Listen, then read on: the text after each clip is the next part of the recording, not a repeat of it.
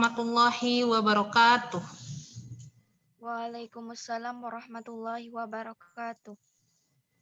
Ya, suara kalian terdengar kecil.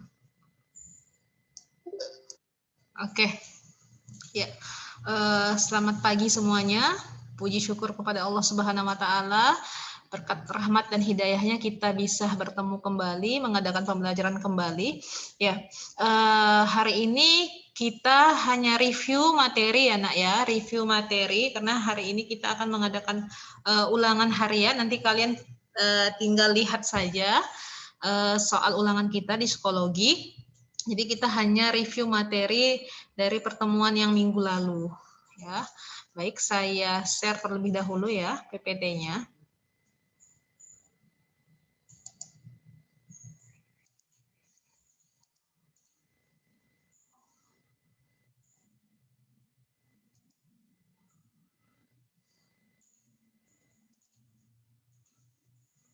Kelihatan ya nak ya?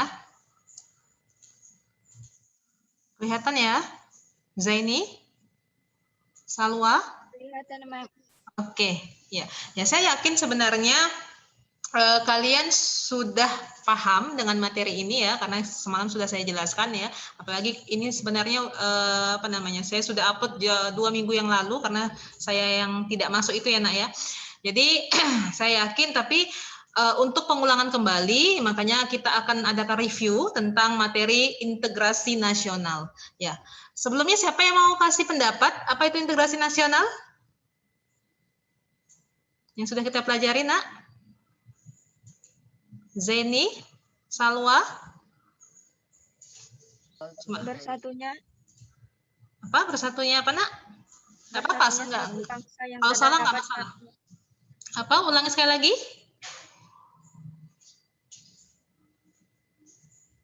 Integrasi nasional, apa itu? bersatunya sebuah bangsa dalam suatu wilayah tertentu yang berdaulat bumi. Iya, ada yang lain? Salwa? Supaya lebih sempurna. Integrasi nasional itu adalah penyatuan ya kan, nak? Penyatuan dari bangsa yang berbeda ya, yang akibat perbedaan suku, agama, ras dan budaya ya. Jadi integrasi nasional adalah usaha dan proses mempersatukan perbedaan yang ada pada suatu negara ya. Perbedaan ini ada ya akibat apa? Adanya perbedaan antara suku, agama, ras, budaya ya yang terjadi dalam suatu negara, dalam suatu bangsa ya, sehingga terciptanya keserasian dan keselarasan secara nasional. Nah, itu yang sebenarnya menjadi tujuan dari integrasi nasional, sehingga terciptanya, saya garis bawahi, sehingga dapat terciptanya keserasian dan keselarasan di dalam sebuah negara ya secara nasional.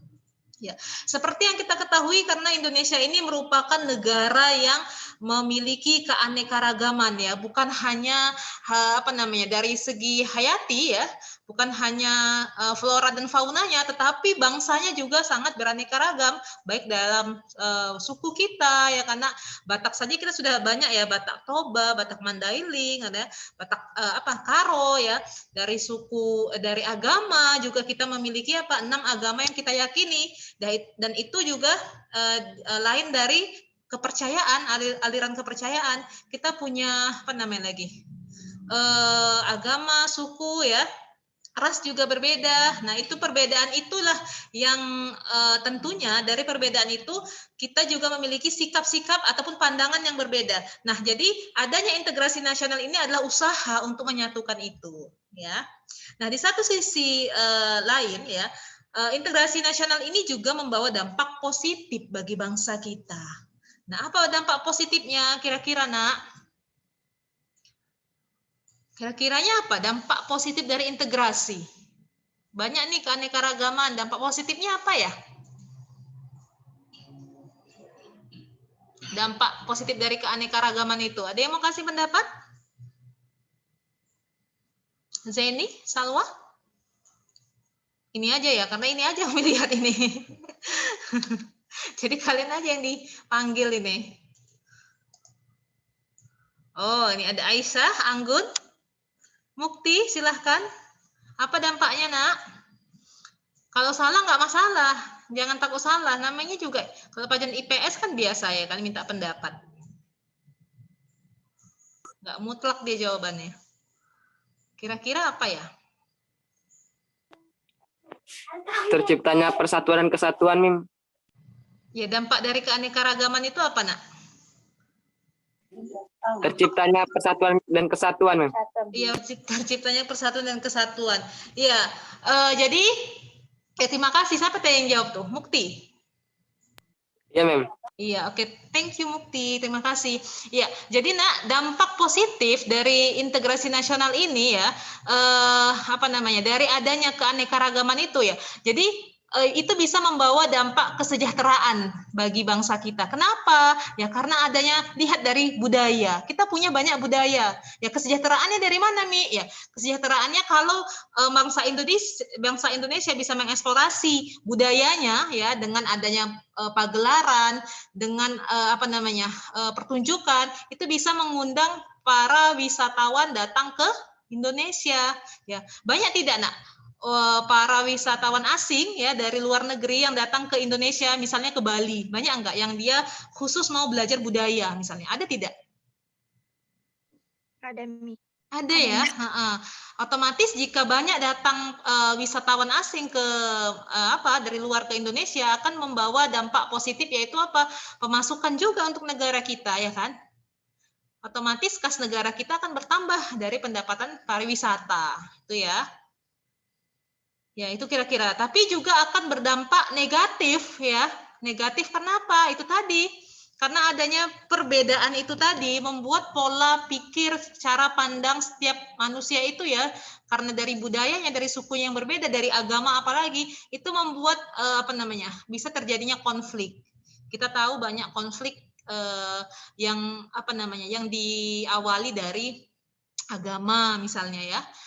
Perang suku di Ambon, di Maluku ya, perang suku, perang di Madura ya, itu yang diawali bukan karena apa, tapi karena misalnya budaya, agama. Nah, itu yang dikhawatirkan sebenarnya.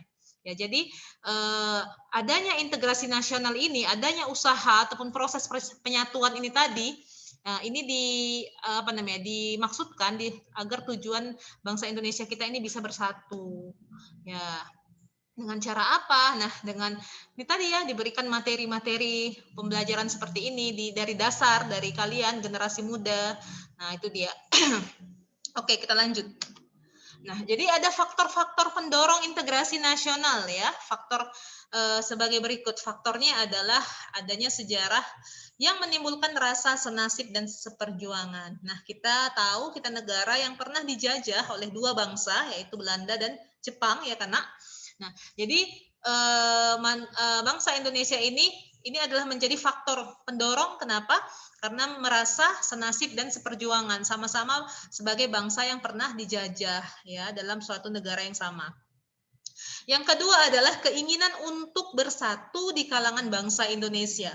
Ya, sebagaimana dinyatakan dalam Sumpah Pemuda ya. Kita punya Sumpah Pemuda yang selalu setiap tahunnya ya diperingati tanggal 28 Oktober. Nah, ini juga menjadi sebuah faktor pendorong daripada integrasi nasional. Yang ketiga adalah rasa cinta tanah air di kalangan bangsa Indonesia. Ya, sebagaimana dibuktikan dengan perjuangan merebut, menegakkan dan mengisi kemerdekaan ya. Salah satunya dengan apa? Diadakannya hari-hari besar ya, seperti 17 Agustus ya, kita memiliki kita ada sumbangsih kita di dalamnya. Salah satunya apa? Rasa cinta tanah air itu ya. Adanya misalnya pasukan-pasukan seperti Paskibraka yang dari kalian ya, dari generasi muda, dari tingkat sekolah ya, untuk bisa mengisi mengisi hari-hari besar perjuangan dari bangsa Indonesia. Ini merupakan rasa cinta tanah air. Nah, ini akan menimbulkan rasa nasionalisme kita, patriotisme kita, ya otomatis akan timbul juga rasa cinta kita kepada tanah air Indonesia. Ya, namun di sisi lain, selain ada faktor pendorong, ya, ada faktor pendukung, juga ada faktor penghambat terwujudnya integrasi nasional. Nah, apa itu faktor penghambatnya? Yang pertama adalah masyarakat Indonesia yang heterogen ataupun beraneka ragam. Tadi ya yang kita sebutkan di awal, bahwa keanekaragaman ini juga akan bisa memicu konflik. Yang kedua adalah wilayah negara yang begitu luas. Ya, kita ini adalah negara yang terdiri atas ribuan pulau ya, yang dikelilingi oleh lautan juga ya. Nah, lautan kita juga cukup luas. Nah, otomatis dengan wilayah yang begitu luas, itu daratan tadi yang begitu luas yang diputus dengan lautan yang begitu luas akan sulit interaksi antara daerah yang satu, yang interaksi antara masyarakat di daerah yang satu dengan masyarakat di daerah yang lain itu akan sulit terjalin akibat keluasan itu tadi. Ya, secara sederhananya saja, contohnya ya di Kalimantan, nah itu banyak masyarakat yang lebih lebih dominan berinteraksi dengan negara tetangga seperti Malaysia. Ya, karena apa? Karena letak wilayah yang kita memang sangat luas. Nah, mereka kalau ke kota lebih jauh dibandingkan mereka ke Malaysia, maka lebih banyak interaksi ataupun mencari pekerjaan itu ke negara tetangga. Nah, ini juga membuat faktor penghambat untuk terwujudnya integrasi. Ya, saya punya teman di yang dia masuk ke dalam program pengajar ke luar daerah, itu ada ke Papua. Kata teman saya itu banyak masyarakat di Papua itu justru tidak paham dengan Pancasila. Mereka nggak tahu Pancasila itu apa, lambang negara itu nggak tahu, menyanyikan lagu Indonesia Raya nggak tahu, lagu kebangsaan kita juga mereka nggak tahu. Ya karena apa? Karena faktor jauhnya tadi daerah mereka itu ke kota, tidak ada sosialisasi. Nah, ini sebenarnya adalah tugas ataupun PR dari pemerintah, bagaimana ada sosialisasi agar masyarakat yang tinggal di daerah-daerah terdalam itu bisa dapat mengakses mendapatkan informasi yang sama ya, seperti masyarakat yang ada di kota. Nah, itu dia. Yang ketiga adalah besarnya kemungkinan ancaman, tantangan, hambatan, dan gangguan yang merongrong ya keutuhan, kesatuan, dan persatuan bangsa, baik yang berasal dari dalam maupun dari luar. Nah, ini seperti misalnya banyak ya yang kita tahu, serangan-serangan terorisme ya, gencatan senjata yang bukan hanya datangnya itu bukan malah dari luar ya, kita belum pernah ya datang langsung intervensi langsung ya, invasi langsung dari luar ke Indonesia, tapi bahkan yang datangnya itu dari dalam negeri kita sendiri ya, dari bangsa kita sendiri, dari masyarakat kita sendiri ya, gerakan-gerakan terorisme, gencatan senjata seperti OPM ya, gerakan Aceh Merdeka di Aceh. Nah, ini sebenarnya bisa merusak terwujudnya integrasi nasional. Yang keempat adalah paham etnosentrisme. Apa itu paham etnosentrisme yang saya jelaskan di minggu lalu, Nak? Kira-kira paham etnosentrisme? Halo, kelas 10. Aisyah. Mukti. Mana ini? Masih di sana ya kalian, Nak?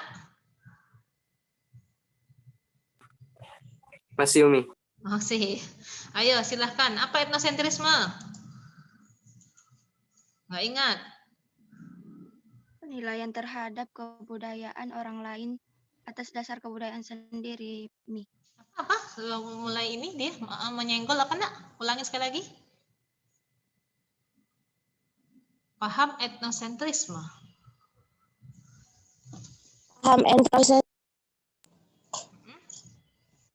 Paham etnosentrisme adalah pandangan suatu kelompok atau suatu individu terhadap kebudayaan wilayahnya sendiri, misalnya seperti agama, suku, adat, istiadat, dan kebiasaan di daerahnya masing-masing. Iya, iya benar sekali, Nak ya. Jadi paham etnosentrisme adalah pandangan ya yang dimiliki seseorang ya terhadap penilaian terhadap budaya ataupun kelompoknya tersendiri. Bisa dibilang seperti lebih apa ya, Nak? Lebih menganggap bahwa budayanya itu lebih baik dari budaya orang lain. Nah, ini sebenarnya yang sangat perlu dikhawatirkan ya kan. Jika dalam satu bangsa yang sama, satu negara yang sama, tapi dia menganggap bahwa budayanya lebih baik dari budaya lain, bagaimana bisa tercipta sebuah penyatuan nasional? Ya, bagaimana bisa terwujud integrasi nasional dalam sebuah negara? Ya, itu yang sangat harus diwaspadai ya, jangan sampai ada di dalam setiap diri, setiap individu di masyarakat kita. Yaitu akan menghalangi terjadinya proses integrasi nasional. Yang kelima adalah lemahnya, terima kasih ya yang kasih pendapat tadi Nak, benar. Yang kelima adalah lemahnya nilai-nilai budaya bangsa akibat kuatnya pengaruh budaya asing. Nah, ini bisa terjadi akibat faktor globalisasi. Ya, kita belum belajar globalisasi ya. Nanti kita akan pelajari globalisasi di minggu-minggu selanjutnya. Ya, jadi pengaruh ini juga sangat berpengaruh terhadap globalisasi, perkembangan ilmu pengetahuan dan teknologi. Ini bisa melemahkan nilai-nilai budaya kita. Nilai-nilai seperti apa? Nilai-nilai keagamaan, ya karena nilai-nilai apa namanya, norma yang kita sudah pelajari ya, seperti nilai kesopanan, ya, nilai apa lagi, kesantunan, kesusilaan. Ini bisa terjadi akibat itu tadi, pengaruh budaya asing yang kita dapat dari mudahnya kita mengakses ilmu pengetahuan dan teknologi saat ini. Kita gampang meniru, wah bangsa lain ternyata seperti ini, sehingga kita lupa dengan bangsa kita sendiri, kita lupa dengan budaya kita sendiri, itu ya. Oke, jadi apa sih sebenarnya, mengapa kita perlu mempelajari integrasi nasional? Apa pentingnya kita mempelajari integrasi nasional ini? Ya, jadi integrasi masyarakat merupakan kondisi yang diperlukan bagi negara untuk membangun kejayaan nasional, ya, demi mencapai tujuan yang diharapkan. Apa tujuan negara kita, Nak? Ya, jadi untuk membangun kejayaan nasional demi mencapai tujuan yang diharapkan. Apa kira-kira tujuan dari bangsa kita? Tujuan dari negara kita tertuang dalam mana? Tertuang di mana? Di Pembukaan Undang-Undang Dasar alinea keempat. Iya, jadi tujuan kita ada di pembukaan Undang-Undang Dasar Negara Republik Indonesia tahun 1945 alinea keempat, ya kan? Nanti bisa dibaca ya kan?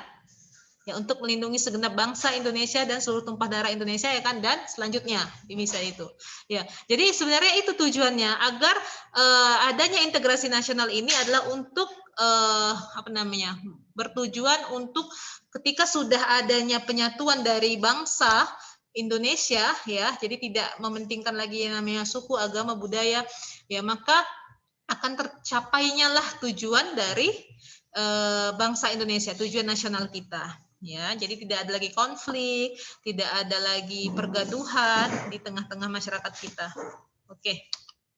Nah, selain itu apa namanya, dalam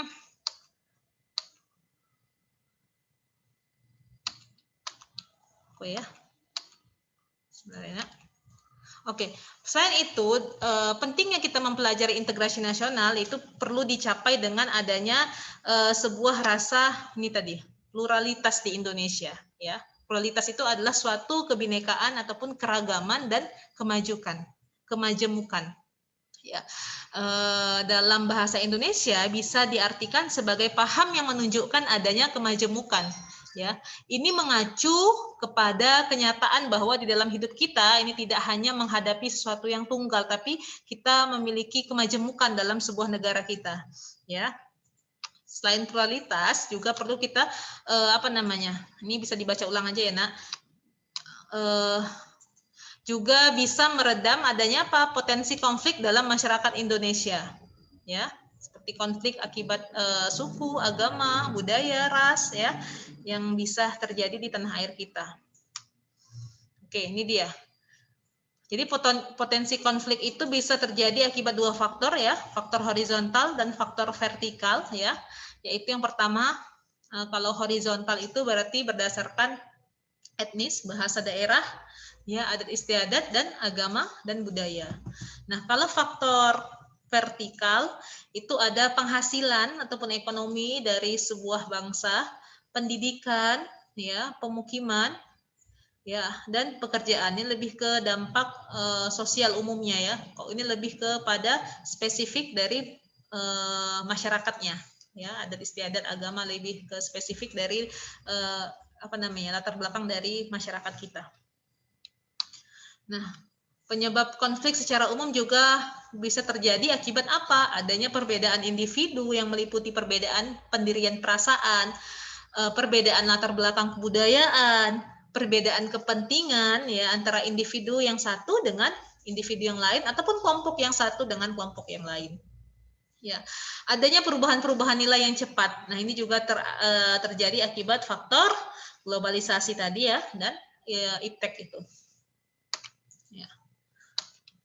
Nah, lantas bagaimana strategi integrasi nasional yang bisa dilakukan untuk meredam sebuah konflik-konflik tadi? Yang pertama adalah kita harus bisa memiliki meredam sikap etnosentrisme ya kan, supaya tidak ada rasa bahwa bangsa yang satu itu mengunggulkan budayanya, tuh ya. Jadi harus bisa meredam sikap etnosentrisme. Ya. Selain itu, ini etnosentrisme juga terbagi atas dua ya, Nak. Etnosentrisme infleksibel, yakni suatu sikap yang cenderung bersifat subjektif dalam memandang budaya ataupun tingkah laku orang lain. Yang kedua adalah etnosentrisme fleksibel. Yang pertama infleksibel dan yang kedua fleksibel. Yakni suatu sikap yang cenderung menilai tingkah laku orang lain itu tidak hanya berdasarkan sudut pandang budaya sendiri, tetapi juga sudut pandang budaya lain. Nah, jadi jenis strategi yang bisa dilakukan dengan adanya apa? Strategi asimilasi dan strategi akulturasi. Apa itu asimilasi dan akulturasi? Ya, asimilasi adalah proses pencampuran dua macam kebudayaan ataupun lebih menjadi suatu kebudayaan yang baru. Ya, contohnya adalah budaya kita, misalnya budaya Jawa itu dipengaruhi oleh budaya yang lain, contoh budaya Hindu-Buddha ya, seperti candi-candi yang ada di Pulau Jawa ya, Candi Borobudur yang ada di Jogja itu adalah proses dari asimilasi juga ya. Nah, proses ini juga terjadi bisa melalui dua cara. Yang pertama adalah melalui cara alamiah dan buatan. Jadi kalau alamiah itu bisa terjadi akibat sendirinya, ya karena proses itu tadi masuknya yang memang nggak bisa kita pungkiri ya, masuknya budaya lain ke Indonesia ya, akibat dari faktor perdagangan, pelayaran. Nah, kalau buatan memang sengaja dibuat ya agar pencampuran agar proses asimilasi tersebut itu bisa menjadi lebih beraneka ragam ya, dan ini bisa menjadi daya jual ya ke luar negeri ya, agar bisa memikat para wisatawan asing untuk untuk menikmati kebudayaan di Indonesia itu ya. Nah, kalau contoh asimilasinya ini dia tadi. Nah, contohnya Tika adalah orang Indonesia yang menyukai tarian Bali. Ia berteman baik dengan Rachel yang merupakan orang Amerika Latin dan bisa menari tarian tradisional Amerika Latin ataupun tango. Ya, karena keduanya terus-menerus berinteraksi, maka terjadilah pencampuran budaya yang menghasilkan budaya baru. Ya, artinya Tika akhirnya punya tarian baru yang merupakan hasil penyatuan tarian Bali dengan tarian tango tadi, khas dari Amerika Latin. Ya, bisa dipahami ya. Ya, jadi strategi kita dalam menghadapi integrasi nasional tadi ya, disintegrasi nasional dengan adanya proses asimilasi dan akulturasi. Ya, karena kita memang tidak bisa menghambat terjadinya proses globalisasi, tapi kita bisa mencari sisi baiknya ataupun sebagai filterisasi ya, memfilter saja akibat dari proses globalisasi itu sendiri. Ya, Nak. Nah, bisa dilihat ini contohnya, gambarnya. Nih ya, tadi yang saya lihat ya candi. Ini tari-tarian. Nah, nanti bisa dibaca ulang ya. Oke, ada yang mau ditanyakan sampai sini? Ada yang mau ditanyakan, Nak? Nggak ada. Pas? Udah paham kira-kira ya? Jangan lupa lagi pengertian dari integrasi, ya. Etnosentrisme itu apa? Tujuan kita mempelajari materi integrasi ini, strateginya seperti apa dalam menghadapinya, ya. Jadi bisa diulang lagi. Oke. Nah, syarat keberhasilan integrasi itu juga ada 3. Yang pertama adalah terciptanya kesepakatan dari sebagian besar anggotanya. Yang kedua adalah sebagian besar anggotanya itu terhimpun dalam berbagai unit sosial. Ya, artinya apa? Saling kerjasama antara unit sosial, antara misalnya lembaga yang satu dengan lembaga yang lain, ya, lembaga-lembaga sosial, lembaga kebudayaan, itu dia. Terjadinya saling ketergantungan di antara kelompok-kelompok sosial yang terhimpun di dalam pemenuhan kebutuhan ekonomi secara menyeluruh. Ya, oke, terima kasih. Oke, ada yang mau ditanyakan? Nggak ada? Kalau tidak ada, biar kita tutup saja. Nggak ada, Mi. Ada ya. Oke, terima kasih untuk pagi hari ini. Semoga apa yang saya sampaikan bisa bermanfaat. Jangan lupa untuk mengerjakan soal ulangan hariannya nanti di psikologi. Ya, tetap jaga kesehatan kalian, Nak. Saya akhiri dengan lapas alhamdulillahirrabbilalamin. Assalamualaikum warahmatullahi wabarakatuh. Waalaikumsalam. Waalaikumsalam warahmatullahi wabarakatuh.